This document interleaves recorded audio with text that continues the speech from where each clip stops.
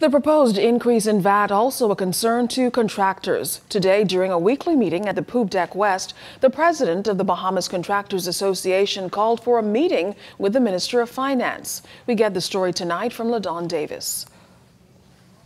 When the 12% VAT increase is imposed across the board for Bahamians on July 1st, contractors say it will have a rippling effect on their businesses. President of the Bahamas Contractors Association, Leonard Sands, says he fears that there will be a major decrease in activity by some 40%.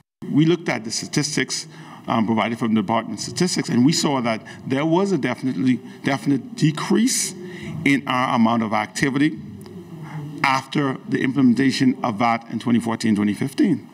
So using that as a roadmap, we can predict that there will be again a decrease in activity in our sector with an increase in VAT to 12%. We would like there to be a consideration to our sector for the contracts that are already engaged, contractors have out there with lending institutions and or the government.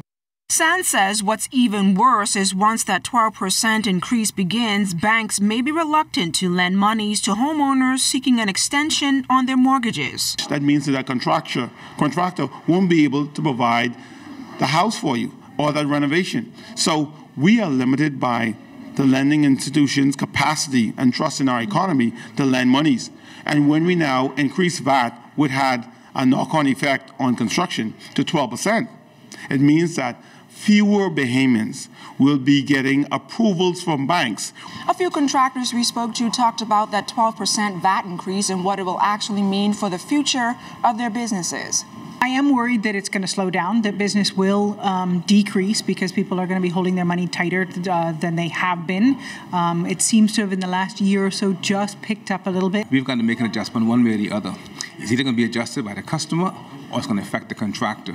The customer will now have to come up with an additional 4.5% on that. And we know that in most cases, the customers are already at a certain price point. So the TDSR is already maxed out.